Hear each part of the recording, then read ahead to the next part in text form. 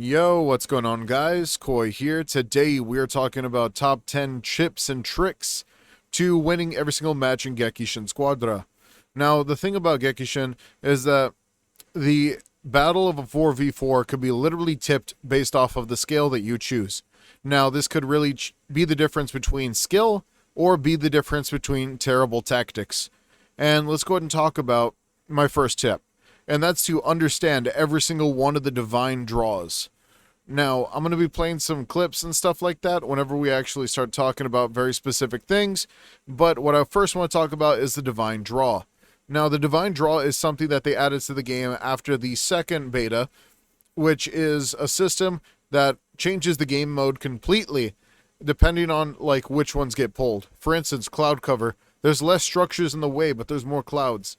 Superstar, where you actually get like the super skill off rip for one of your skills of your choice. Now, with this being the case, there's only a select few that I want you to worry about. And believe it or not, it has nothing to do with cloud cover. It has to do with super start, finish 'em EX, the super damage boost to skill 1, and sparkly stardust. These are the most important ones. I would say that Spirited Away is probably going to be like the second most important one compared to these top 4, but let's just put this one at like 5, because yes, this is like a very dirty one that if they get, like, let's say your enemy gets under your tower, you'll never see them attacking. It's insane. So understand what these do and understand that they're going to make massive changes to the game, whether you like it or not, and you just need to work around them. Next, let's go ahead and talk about the mini bosses. Now, for those who do not understand, the mini bosses are incredibly important depending on what do you need as a character, or if you want to shut down your opponent from being better than you. Now, to actually get this started, mini bosses, the most important one in my opinion is probably going to be Nappa, because that one gives you a 30% rush damage bonus, which is the highest bonus in the entire match, and you could get it as early as the first couple like minutes, which is absolutely insane. So with Nappa giving you a 30% damage buff to your M1s, which is insane. The least important in my opinion is probably Android 16, because his literally only gives you about 16%. So if you do lose Android 16, or if you're like in the middle of a team fight over Android 16 and your entire team dies, don't be the reason why you lose a tower because you want to jump in just to try to get one Android 16 kill with your ultimate. It's not going to be worth it. Let's just worry about the ones that matter the most, okay? Another one is probably going to be Jocko. Jocko and Rebrianne are going to be your showstoppers, your enders, because this is when the middle opens up and you get Jocko, who's going to be giving you a lot of tower damage, by the way. He hits the tower pretty hard whenever he's out there. And then also, he also gives you 20% damage buff to your skills, which is really insane, because let's say you already have a skill that does a lot of damage, like Piccolo's Light Grenade, add 20% more damage to that. What do you got? You got a crap ton of damage. Rebrianne gives you all of the above. She gives you like overheal, she gives you more speed, she gives you more damage. Even if it's for a select period, it's really good to pretty much have either the final push or the final comeback. So understand that these guys are very important, and if you're not focusing on them, you could end up literally forcing your team to lose. Do not forget to select the best helper for your team, by the way. Your team or your character in general, there are specific helpers that do help a lot. For instance, Rush Boost Nail can actually help with a lot of like your attackers, like Goku, who just wants to do as much damage as quickly as possible. Piccolo, who does damage from a distance. Nail will also shoot with you. But there's also some characters that prefer certain things. Let's say like you're struggling as Kale, and you or Piccolo, and you don't want to get hit, because these are the types of characters that don't want to get hit. They want to play from the distance. Now, if that's the case, push might be the way to go. Keep that Goku away from jumping on you and stuff like that. These things could depend on, changing the entire dynamic of the battle. Taking something like attack buff as Kale is probably the worst choice ever, because yes, it's an attack buff, but you're not going to be the one doing all that if you're rushed down by a Goku and absolutely destroyed. Let's go with number 4, Zeno engagement. Now, Zeno does attack on two sides of the map here. He attacks on one of choice, and then depending on how the match actually goes, let's say you get like a super push or stuff like that, based off of if you defeat a certain boss, like Ray Brienne, for instance, where you, or if it's towards the end of the match where you get double hammers. If your Zeno is attacking your tower and it's your job to defend that tower, then defend that tower. Do not be the idiot that goes off trying to like 4-man one tower. It's not that like necessary. If your team doesn't have 4 people fighting them, you don't have to worry about Gekishin bursts. You don't have to worry about max Gekishin burst. Like, just defend yourself. Because if you guys do not do that, you could risk losing the entire match, especially giving up massive amounts of land to the enemy that can blitz you or go around you or snake you from different ends and angles. Literally losing towers could really change the entire dynamic of the match. 5, counterpicking and engagement. Now, counterpicking, the reason I say counterpicking matters quite a bit for a lot of characters in this game is because there are some ways that you could shut down a lot of characters. For instance, Vegeta hard counters Goku. That says a lot, because keep in mind, Goku's first instinct is to do as much damage as possible, as quickly as possible, without having to worry about very specific people. And if that's the case, the defense that Vegeta gets off rip as a tank, and the different skills that he can use to keep Goku away from him or keep him in place, well, he can out-sustain Goku pretty heavy.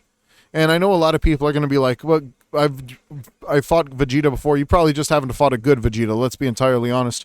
If you're a good Vegeta, you're in their face 24/7. You're not going to let Goku get his cooldowns and stuff like that.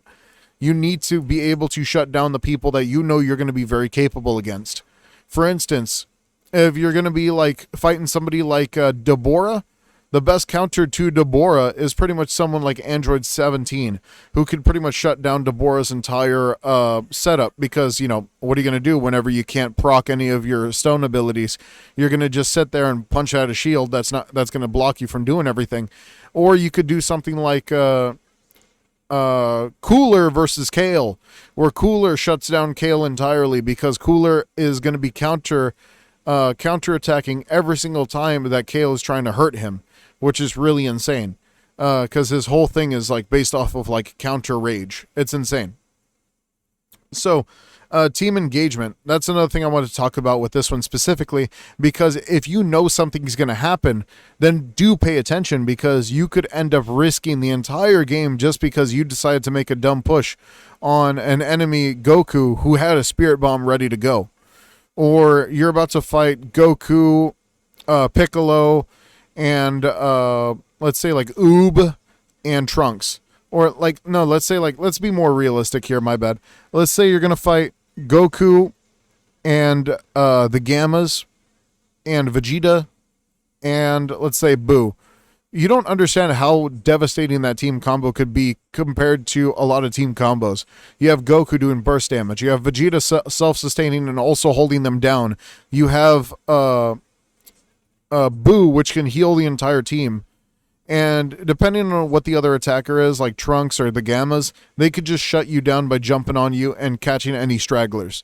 Now, with this being the case, you do need to watch out for the teams colliding, because this could be a very, very easy way to lose your entire team very quickly. I've seen it happen before. For instance, I've seen Daima Goku jump in the middle of everything like he's invincible, and he just gets shut down entirely easily. Or I've seen a team fight go on, and then one of the Trunkses goes after Piccolo and shuts him down before he could even perform a special beam cannon. So do worry about your teammates positioning the comp. What team are you going against? What are they going to be able to do against you? Because, you know, if the other team is smarter than you, it's kind of over after that. There's not much you could do. Next, we're going to be talking about divine draw cards. Now, divine draw cards are pretty important. If you guys do not know how to build characters and stuff like that, I do, suggest that you guys read the divine combo cards and really just pay attention to what they offer your character. If you guys are waiting for a very specific build video, I will be dropping them really, really soon. It just depends on the character, what the character, if I have them yet, and then I'll be working on them like I did with my Krillin video. If you guys haven't checked that out yet, that's a great example on how you could build characters to make sure that you always win. So with that being the case, let's go to number 7, which is going to be never go back to base.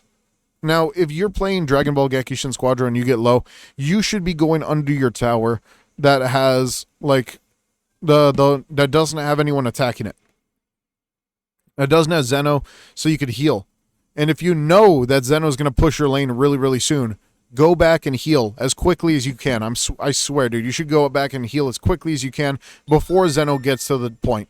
Because if Zeno gets to the point, then it's pretty much over at that point. You're not going to be able to heal. The enemy's going to rush you.